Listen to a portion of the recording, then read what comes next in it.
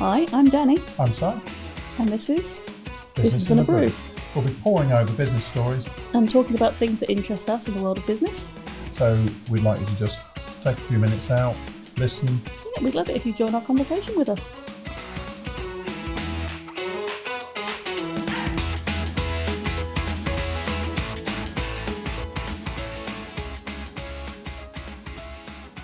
Hello. Hi. Hi. It's like an ongoing competition. Episode 100, and sci-fi manages to beat me to the hell out. Anyway, today we're going to be something a little bit different. We're going to talk about the story of Simon David Price. Of me? Yeah. I'm not going to tell it. No preparation for this. Well, I'd like to think you wouldn't need to. So we've got our audience. We've got our lovely audience of people who love to listen to our podcasts. Yeah. And I imagine occasionally they sit there thinking, who the hell are you? Why are you telling me about stuff? Is it just because you like the sound of your own voice? Definitely not. It's not mine. I can't listen to myself now. I don't think I'll listen to any of these. So I want you to tell the lovely people where you came from and how you do what you do and what you do, please. It's a long story. You've got to go all the way back to 1966. Oh my goodness. No, don't go that far back. That's very dumb. I'm not going to. Okay. God, where we come from? Nottingham. No, born in Nottingham, but went to school and college locally. Joined my first proper job after doing the kind of Joe jobs as a kid. What's a Joe A job? bit of delivery here, there, and like paperboy. working in a fish and chip shop, that kind of thing. Smell awful when you've worked there. Got me kind of earning and got me going and thinking about the importance of actually having a bit of money in my pocket. I decided at college that I didn't want to go on to uni and go and do a degree. Instead, I decided to go to sea. You ran away to sea. Took the King's Shilling. You're not quite that old. And went off and joined the Royal Navy and became an engineer. And that was, for me, was an opportunity for a bit of adventure to learn actually on the job. So it was more almost an apprenticeship route. And what did you engineer?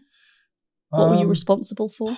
Well, kind of quite controversial stuff, really, but never really got involved in any conflicts. But it was weapons. So it was upper deck weapons and small arms and things like that. So maintaining them and making sure they were safe and all the rest of it. Yeah, and repairing them and servicing them and just generally looking after them. Oh. A couple of trips away. I just said as if they were tiny children. They weren't. Yeah. You do have to look after them. But after a stint in the Falklands, 1989, my then girlfriend and I thought that 6 months away was not probably going to happen again. Oh, that's the way to a secret to a happy marriage these days. Yeah. 6 months then seemed like a really long time, didn't it? I know. And I just thought to myself, and after conversing with her about it, we need to do something about that. And actually made my appropriate indication to leave, and then left in 91. And that was enough. That was really enough for me. I'd started to become a little bit jaded by it because I was spending a lot of time on shore where I didn't want to be. So she actually managed to get me a job in real estate first off, new house sales. And as in really that person that sits in the show home and sells stuff. And I did not want to use my engineering background. What I wanted to do is to kind of share the days off that she had. So we both had the same days off, which were work at the weekend and have days it's like a romantic story. Yeah, I guess it was. I guess it was in a way, but it didn't last that long. Temporarily romantic. Yeah. But I had then gone off to be interviewed by a recruitment company because I was actually interested in just diversifying slightly. I'd done a few years in housing and just thought I can do better than this. Okay. And started pursuing some avenues, but they actually interviewed me and said, right, you could probably fit in here. So I ended up working in recruitment for about 5 years. Oh, okay. Which actually I ended up pretty much running all of the temporary staff in a factory nearby, having interviewed and selected, put into work about 200 people. So a whole pile of people I was recruiting, looking after the welfare of them, making sure they were paid on time, all hand entered by me in terms of the code, not obviously the people, the payroll. Type text messages so slowly. Yeah, and then there was an opportunity at local radio station. The local radio station I'd grown up with. I'd known about them since they launched in 1975, and I thought, right, this looks like a job that I'd be very interested in. Radio Trent. Those who are local will know that.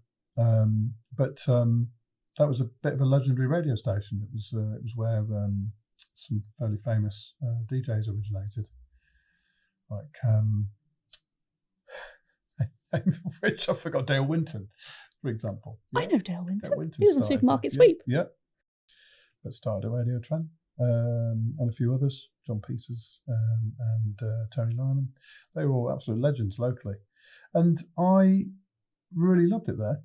And what did you do? Well, I basically put together commercial campaigns for people and had a production team internally. So like the line between marketing and sales? Pretty much, yeah.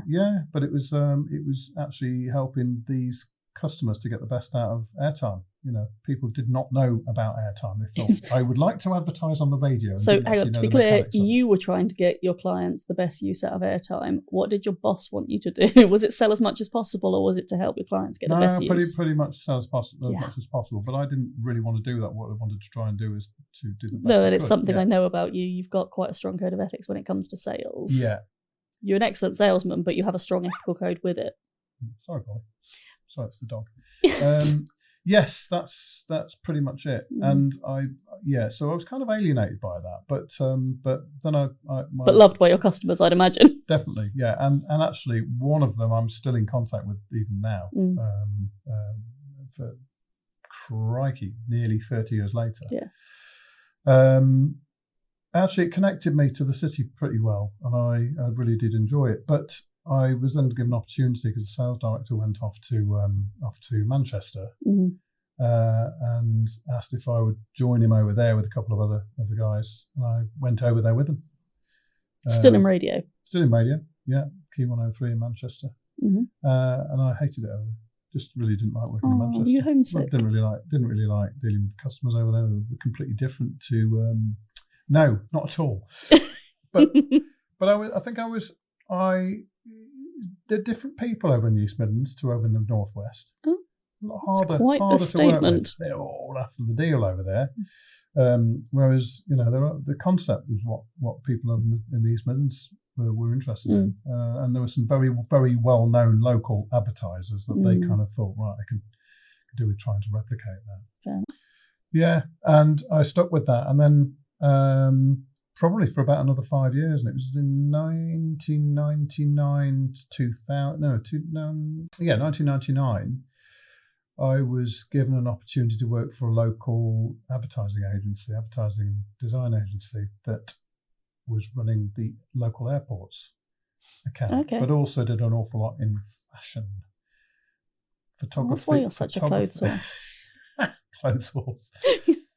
And that those kinds of clients, I looked at their portfolio. I looked at the portfolio of the agency. And I thought, right, I think I could do something with this. And it was more about trying to attract more of those types of people to the agency. So I basically went out with their portfolio and contacted all sorts of fashion brands. And I won some pretty, opened the doors for some pretty decent companies, local companies and national companies, and even international, and local, very well-known cycle company that we built a website for them back in 2000. There was an outdoor clothing company, a yachting clothing company that were fairly well known. Won't give them any advertising space on this by saying the names, but that really kind of not quite cut my teeth. I knew what I was doing, and I knew that what I was trying to do is to actually bring their potential project in and actually look at that as a brief to then come up with a cost and go and do a pitch. And we invariably won the pitches. So we actually started to really build some momentum there with my knowledge and expertise. And the other people that I was recruited with at the time, who were all doing the same thing, they kind of fell off one by one. I was the one that was pretty much left over. Yeah. And that had happened with the previous radio station that Okay. I worked with as well. So I then thought, well, hang on, I'm doing this for these people. Why don't I just look at doing it myself? And that's pretty much where the seed was planted. So it was a conscious decision. It was a conscious decision to consider what my next move would be if anything happened to me at the agency. Anything happened? What, they tried to get you out? Yeah, because they'd made everyone else redundant. Oh, okay. And actually the day came when they made me redundant. Because I'd managed to put a small team around me and the managing director, who I'm still in contact with. He's a great bloke, but he had to make a different decision, cutting costs. And I'd kind of put a system in place. And that worked without you. That worked pretty much without. I made myself redundant, you could say, yeah. And so Scarlet Media was born, and that's now 21 years old, 22 years old actually, 2003 when it started, and I joined it in 2004 after redundancy. Yep. So the wheels were moving, but I wasn't going to go and jump ship, really, because I was quite loyal to the point where I didn't want to go and leave them in the lurch, but they gave me the opportunity, and I took it. I took it. And I've run the business ever since. And we've been through some tough times, but we've been through some great times. We were in certain sectors that people know us very well in. Do you want to ask any more questions? Why? Do you want to keep talking? No, I'm just going to run it because I don't like blowing my own trumpet. Fair enough. What if you to do it? Hang on, I can't even speak today. If you were going to do it again, would you do anything differently? No, because I think it's down to an attitude. I think when you're in business, it's down to an attitude to try. If you're in a service sector, your service is predicated on how well that service is delivered. So there might be the odd project that I kind of regret or have concerns that I could have run that better, or it could have come through better, or a decision could have been made in a different way. But ultimately, we've got a very, very loyal client base. I'm well known in certain sectors. And they come back, don't they? And they come back, yeah. I've got some customers that have been with us third and fourth generations of their projects. We've got peculiar experience in business-to-business commerce as opposed to just e-commerce to consumers. It's actually business-to-business. So we've got a real kind of following in that area. We work closely with a couple of associations, so we're well connected, and people seem to think that I do a fairly good job of solving their problems. And what's the question? The question's not forming itself in my poor brain. What is the question? Oh my Lord, I've just forgotten. It's gone out my head. That's really concerning. You were talking about, what were you talking about? You're talking about service provision and your... Oh, that was it. You operate in a landscape where there are other businesses that do what you do. Yeah. Would you say that level of service provision is your USP, is what makes you stand out? I think it is, because actually I met up with quite a lot of local agencies recently, very recently, at the local uni. We all went through a process together, and we're probably going to be collaborating off the back of this, but we all we all work so differently. We all do things differently. We all have different markets. We don't see that we have much in the way of competition, but I have been told that I perhaps go a little bit above and beyond where I don't need to, or where they wouldn't. Yeah. And actually, I'm not entirely sure I agree with that. Yes, if I really was going for the money first, then I would probably make different decisions, but I'm not. What I'm trying to do is I'm trying to still, after 21 years with the business, I'm still trying to build the right reputation that leads to other work. Yeah. All I want is for people to talk positively about me. Whereas others, they're kind of less bothered about that. They're just all about showing the money and charging a lot more than we perhaps do. Well, they have project churn, whereas you have project longevity. Yes. So people will have their And website or whatever built by you, Yeah. and then they'll come back 4 years later to have the next one done, and Yeah. then the next one Yeah. done, and the brand extensions and the differences. It's definitely a rarity that someone leaves us. It is a rarity. We collect clients. And I love that, because actually I develop a proper relationship with these people and actually help move them on to the next thing. Yeah. And it is always about solving the problem. And problems they go away briefly, but often they come back in a different form. So you then have to adapt and help them to adapt. Yes. And you've had quite a portfolio career, because a lot of people of your, no offence, your generation, would take a job and stick with it, but you moved about a bit. But they were all within a theme. It was all very much sales. It was very much, sorry, not even sales is the wrong word, relationship building. Yeah, there's a consultancy end to this, which is actually me listening to what someone wants and then trying to provide the best I can. I don't want it to sound too trite and schmaltzy, but actually, what I've tried to do over the years is to try and make myself the brand. Yes. That people know it's me. All right, the team do the work, but the team are quite happy to kind of function behind the scenes. Yeah, they don't want to be the face. They don't want to be the limelight. Yeah. Whereas that's my job. I've had to adapt to that and deal with it. Now, because that's not a comfortable place I found myself in to do that. You don't like blowing your own trumpet on your own podcast, let alone. Yeah. But I've found actually there's some merit in enjoying that and opening up to that. Yeah. And over the years, what I've done is, this is probably the most important thing, is I've said yes to pretty much every opportunity. And because the regret, I would not want the regret of turning something down. There was a lyric on a song from years ago. There was one which was people you misuse on your way up, you might meet up on the way down. Yeah. Okay, which means always look after people. Because if you don't, then when things start going wrong for you, there's no one to look after you. You might bump into them again, and they'll stick the knife in. But actually, it was more about just. It's not even a song. It's just an ethos, which is just go with what makes you feel good, and say yes to opportunities. So is that your biggest lesson you've learned doing this? Yeah, and sometimes I think, well, maybe I should have stuck at what I did. But I think each time what I've done is I've not fully enjoyed what I did, and was always looking out for the next thing. You took elements of it and you learned from it and you grew from it. And what I did is I always grew this expanding list of transferable skills. Yeah. And then running your own business, I mean, it's the ultimate in compounding all of that together. Don't know how much of your knot tying from the Navy is coming into running your own business. No, but actually management comes into that, management of people. And actually, there's a certain amount of the old-fashioned methods of economy of effort and delegation of responsibility and that kind of thing.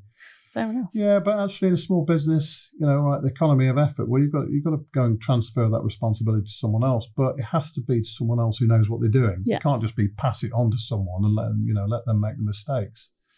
So it's just a matter of being careful who you work with. And try and look after who you work with, and try and motivate who you work with to make sure that whatever they do makes you look good. Because you're the one that's having to ultimately sit in front of the client and say, "Hey, look, we did it." That seems to be working for you. Yeah. We've got plenty of work on. Good. Yeah. Thanks. Oh well. I really wasn't expecting this I enjoyed that opportunity to talk uncomfortably about myself. Well, you sounded very comfortable, so that's absolutely fine. Yeah. Yeah, and you can do it to me another time. Because I know it, because I've lived through it. Well, it made it a lot easier to do it without preparation, yeah. Thank you very much. Thanks, Dan. It's all right.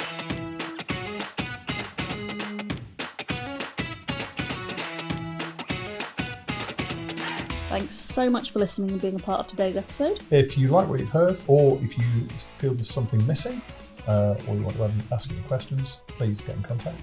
And if you love listening to us as much as we love talking to you, subscribe, download, leave us a review. All the love helps. Thank you.